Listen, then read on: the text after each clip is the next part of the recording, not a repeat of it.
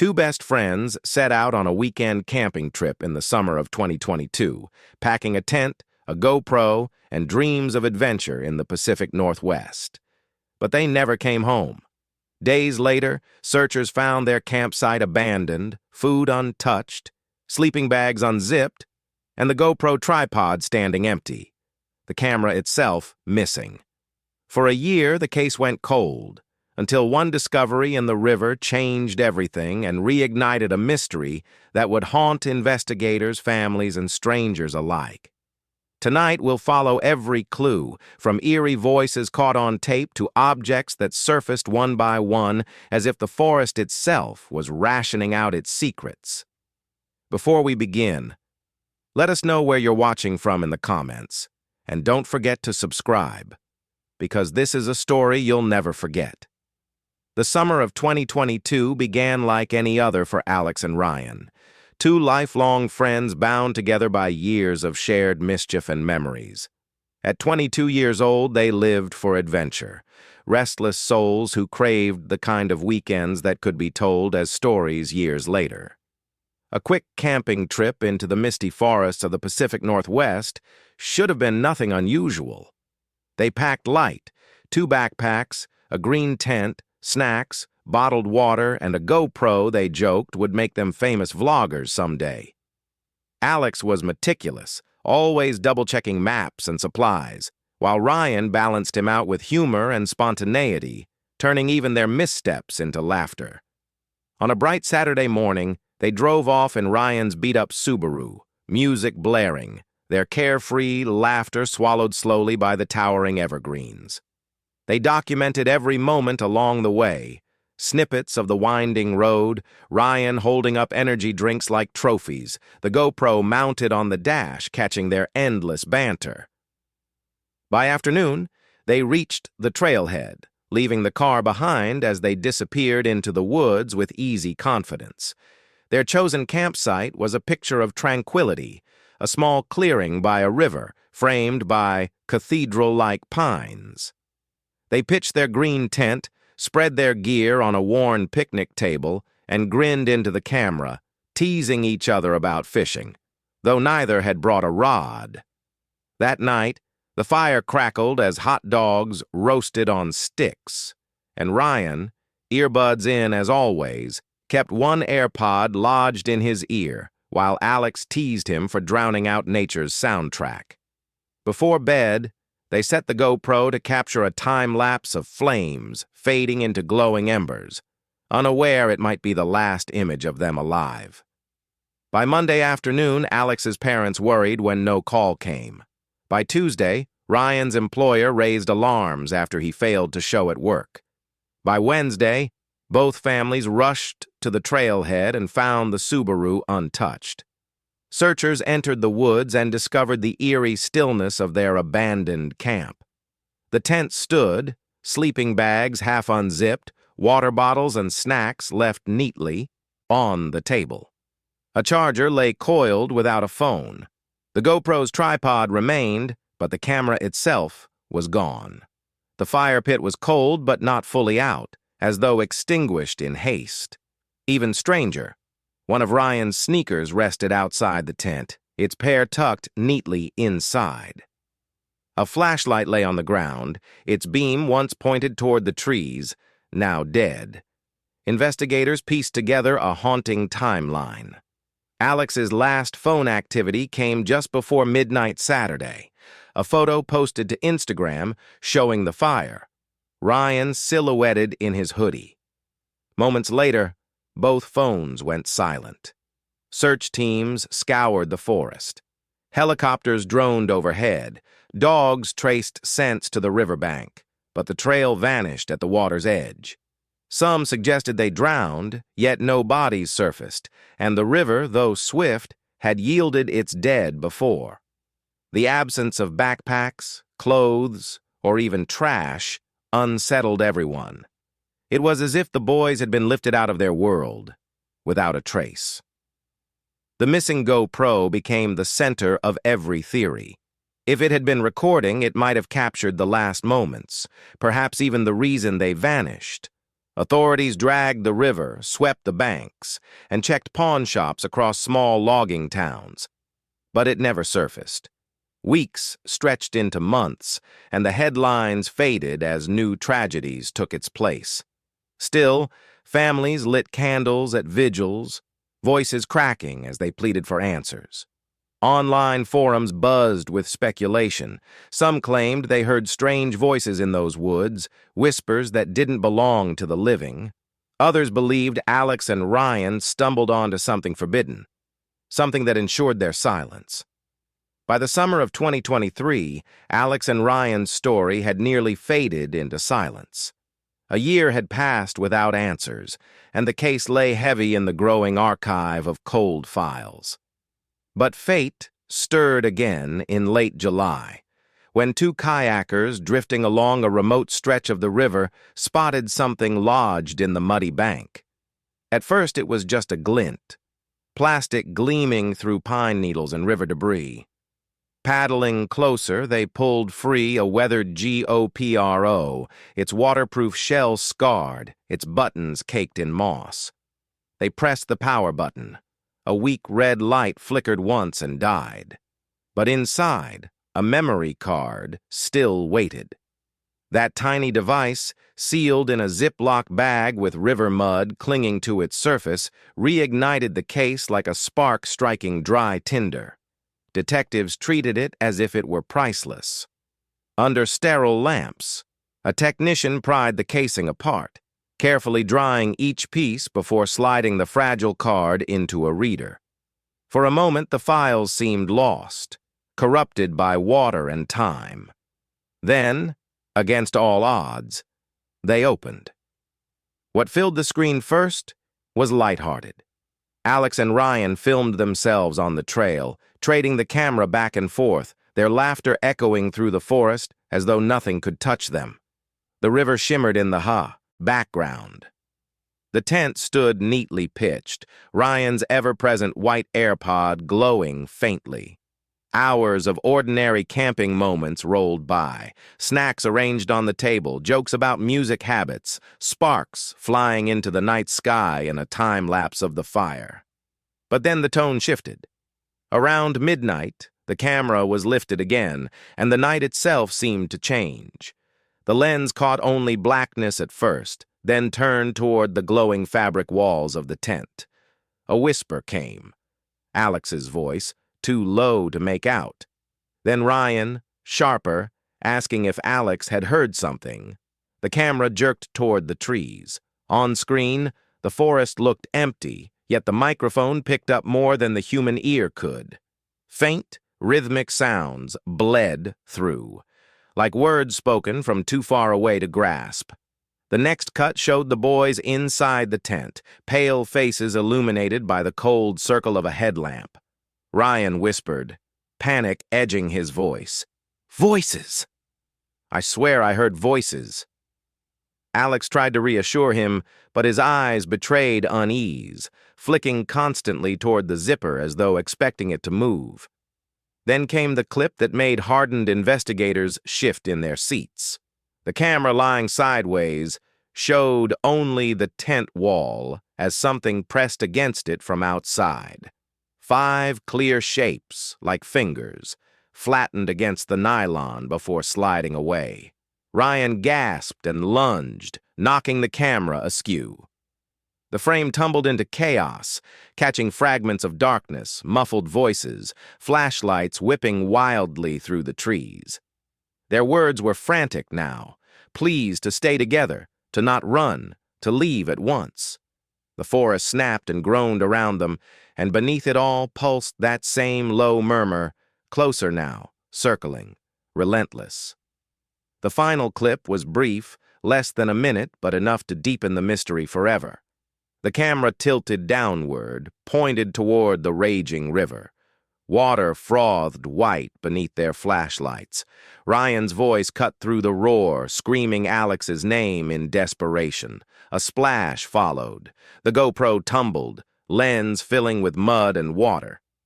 And then, just before the feed cut, a fleeting glimpse froze everyone in the room. A pair of boots standing at the river's edge. When the GoPro footage ended, silence hung in the sheriff's office like a weight no one could lift. The final image, a pair of heavy, dark boots rooted at the river's edge, spoke louder than any scream, yet revealed nothing concrete. No faces, no acts of violence, only fragments, a whisper in the dark, fingers pressing against nylon, shadows moving where they shouldn't. It was enough to terrify, but not enough to explain. Forensic teams pored over every second, enhancing audio, isolating frequencies, chasing the low, rhythmic sound caught on the microphone. Some experts swore it was just wind and water twisted by fear. Others claimed they heard words, a chant in a tongue no one could place. When snippets of the footage inevitably leaked online, theories erupted like wildfire. Some were convinced it was evidence of a cult hidden in the woods. Others whispered of a lone stalker, and still more insisted it was something less human, something the forest had kept to itself until that night. For the families, the footage brought only a cruel paradox. Relief to glimpse Alex and Ryan's final hours, anguish that the truth cut off just before the end. The GoPro, meant to capture laughter and memories, had instead become a silent witness, refusing to reveal the final chapter. Investigators returned to the riverbanks with urgency, searching for evidence near the place where the camera was found. Dogs alerted at an eddy where the current gathered debris, but dredging uncovered only driftwood and stones. If the boys had drowned, the river should have released them. But it hadn't. The GoPro surfaced after a year, yet Alex and Ryan remained missing. That silence weighed on the forest itself, as though the trees had sworn an oath to guard their secret. Once the footage reached the families, and later the public, the case ignited all over again. National outlets replayed the haunting stills of fingers pressed into the tent wall, while YouTube creators froze and enhanced every frame until shadows seemed to reveal faces that might not even exist. Reddit swarmed with speculation, some plausible, most unhinged. The sheriff's office, overwhelmed by calls, issued a careful statement. The video was inconclusive, possibly evidence of an encounter with unknown individuals or even wildlife. But off the record, deputies admitted the boots in that final clip haunted their sleep. Both families clung to the fragile idea that the GoPro had surfaced for a reason, that maybe somehow Alex and Ryan were still alive. Yet logic gnawed at that fragile hope. A year had passed. Their campsite abandoned, their bodies never recovered. Still, the evidence was undeniable. Something sudden and terrifying had happened. Something unresolved. Investigators retraced every step. Trailhead logs showed no one signed in that night but Alex and Ryan. Drones swept the riverbanks again, mapping terrain in search of missed clues.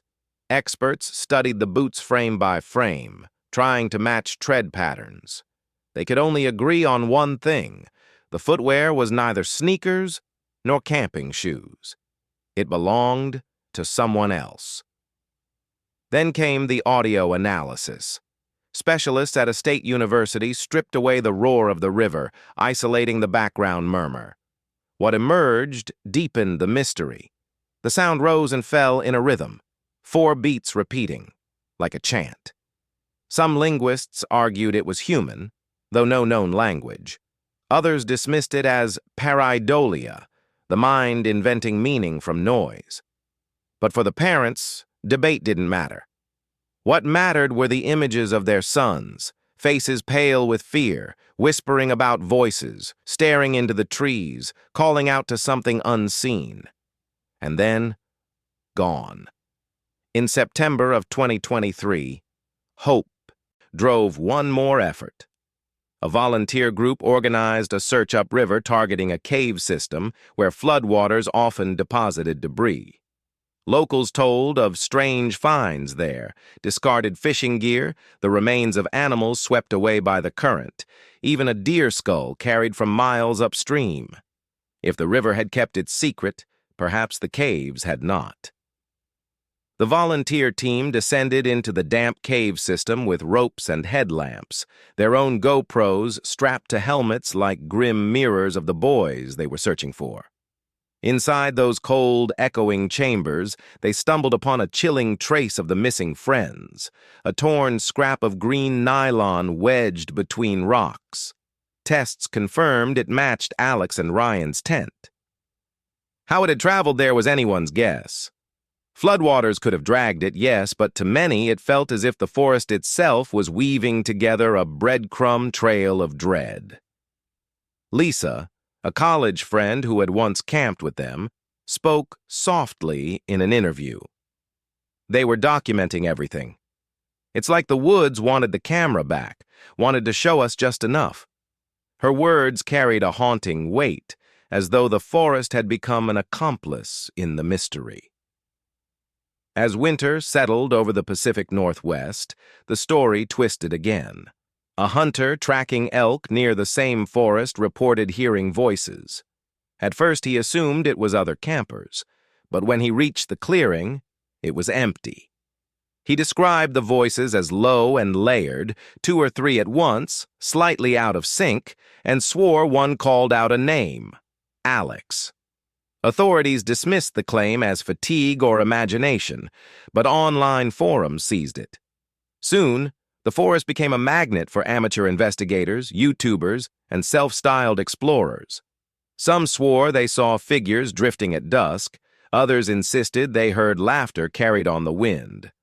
Search and rescue teams warned against trespassing, yet curiosity pulled people deeper into the shadows where Alex and Ryan had last walked. For the families, grief only deepened. Ryan's younger brother abandoned hiking entirely, unable to set foot on a trail without breaking. Alex's mother lit her porch light every night, rain or shine, whispering prayers that her boy might still find his way home. By early 2024, official efforts slowed again, though the GoPro footage still haunted anyone who dared watch it.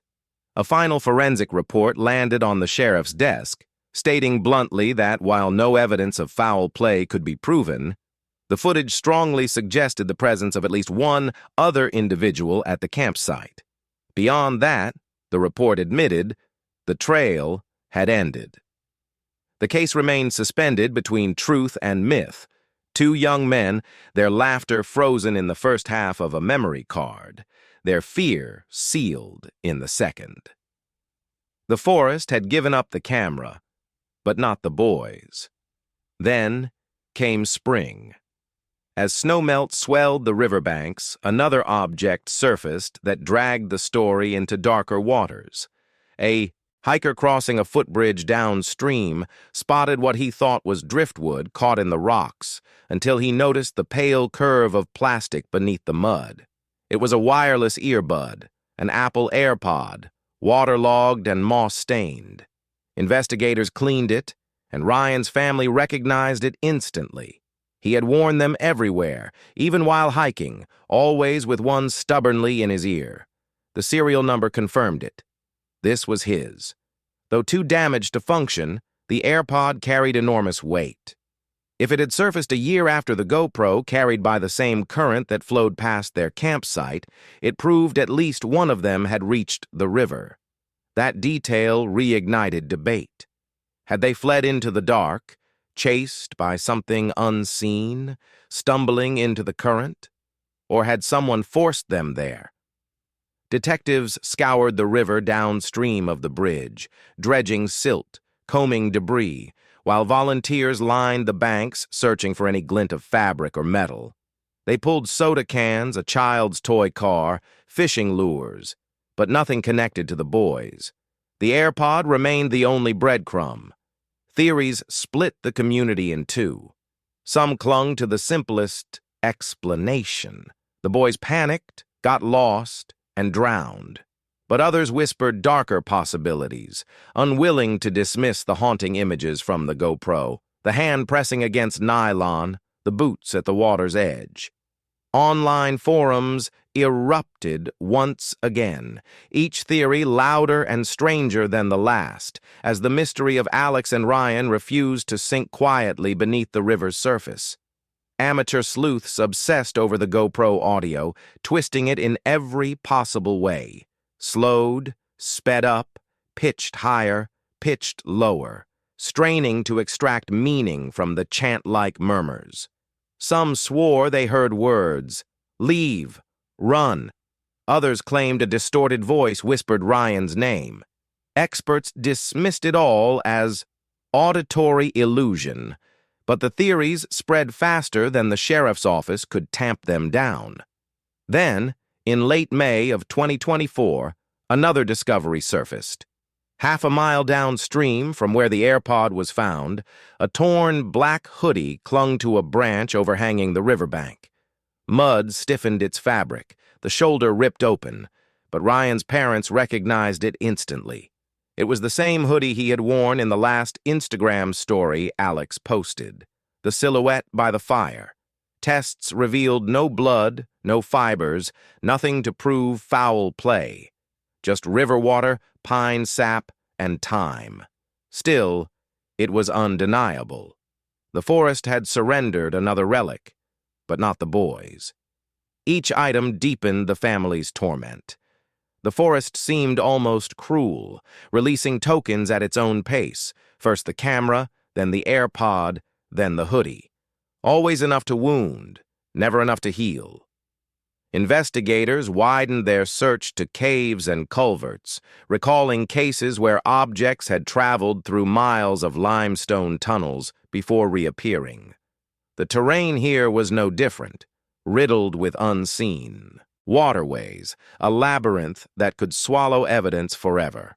Specialists traced the hydrology and concluded grimly, if Alex and Ryan had been pulled into those underground systems, their bodies might never return. Yet even that explanation failed to account for the boots, the pressing hand, the voices caught on tape. One deputy, speaking off record, admitted the truth that gnawed at them all. They weren't just lost, he said. They were running. They looked like prey. By summer, the case had escaped local control and taken on a life of its own.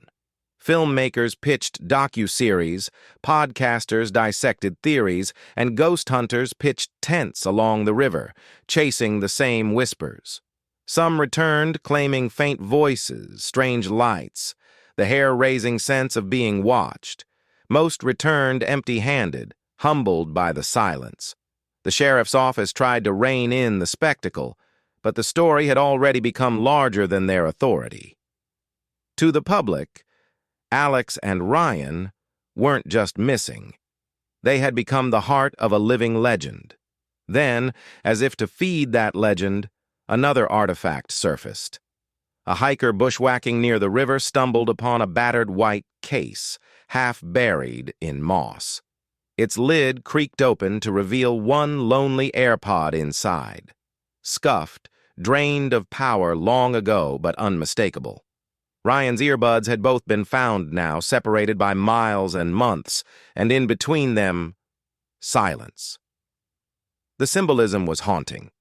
The forest was piecing together a puzzle, but the final piece, the boys themselves, remained withheld. By autumn of 2024, vigils burned on, candles flickering in the cold as neighbors whispered prayers or rumors. Theories split the town. Some believed Alex and Ryan had drowned, victims of panic and dark water. Others swore the forest had taken them in some darker, deliberate way. Investigators, weary and cautious, drafted their final report. Officially, it described a likely accident. Two young men, disoriented, panicked, swept into the river swollen with spring floods. But in the margins of that same report, officers scribbled what they could not let go. The boots that didn't belong, the hand pressing against nylon, the voices murmuring from nowhere. The GoPro footage slipped into legend. Online, slowed frames and enhanced audio looped endlessly, shared like campfire tales. Some swore they saw faces in the trees. Others claimed the final splash showed hands pulling someone under. The truth, suspended between fear and faith, remained locked in those woods, where laughter had once echoed and where silence now reigned. Experts continued to dismiss most theories as the tricks of imagination, yet every few months, a new analysis reignited debate.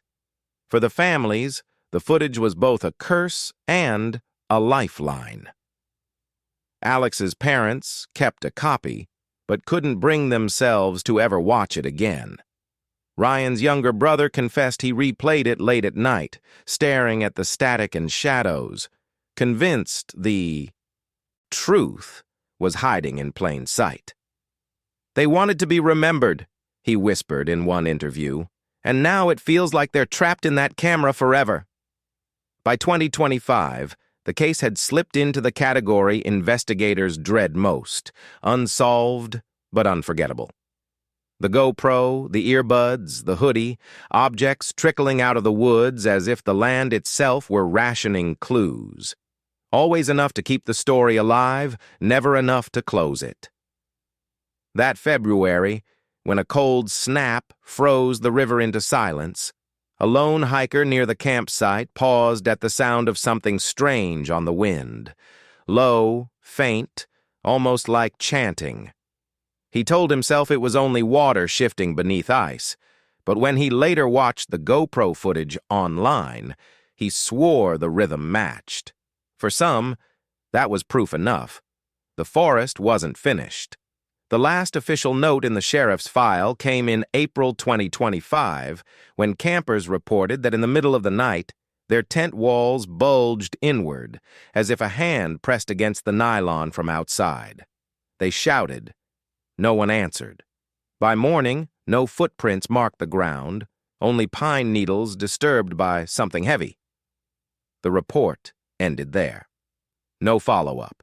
The forest had given nothing more. For Alex and Ryan's families, only absence remained.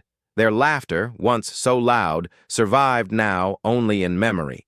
Their faces lingered in photographs, smiling at a campsite that had seemed too ordinary to become the stage of a nightmare. Their disappearance had grown beyond tragedy into legend, woven into the whispers of the pines. The battered GoPro, its cracked lens like a blind eye, sat locked in evidence storage. The faint red light no longer blinked, yet in the minds of everyone who had seen its contents, it never stopped recording. What truly happened on that summer night in 2022 remains unanswered. Were Alex and Ryan simply young men overwhelmed by nature's indifference? Or had they stumbled into something stranger, something the forest itself conspired to hide? The woods hold the answer, somewhere between the rush of the river and the whispers on the wind, but they have chosen silence. All that remains are fragments: a camera, a hoodie, a pair of earbuds, and the chilling reminder that sometimes the last thing you hear is not enough to save you. And so their story endures, not as a solved case, but as a haunting legend that warns us even today. In some places, the trees listen, the water speaks, and the earth itself keeps secrets far longer than we dare imagine. The GoPro surfaced, the earbuds surfaced, even the hoodie surfaced, but Alex and Ryan never did. Their laughter lives only in memories, their fear etched forever in the fragments of a recording that still chills everyone who dares to watch it. What truly happened that night remains locked in the forest, somewhere between the whisper of the wind and the roar of the river. Perhaps some secrets were never meant to be solved. But one thing is certain. The story of Alex and Ryan endures, not just as a mystery, but as a haunting reminder that the earth itself keeps secrets longer than we ever will. If this story gripped you, share your theories in the comments.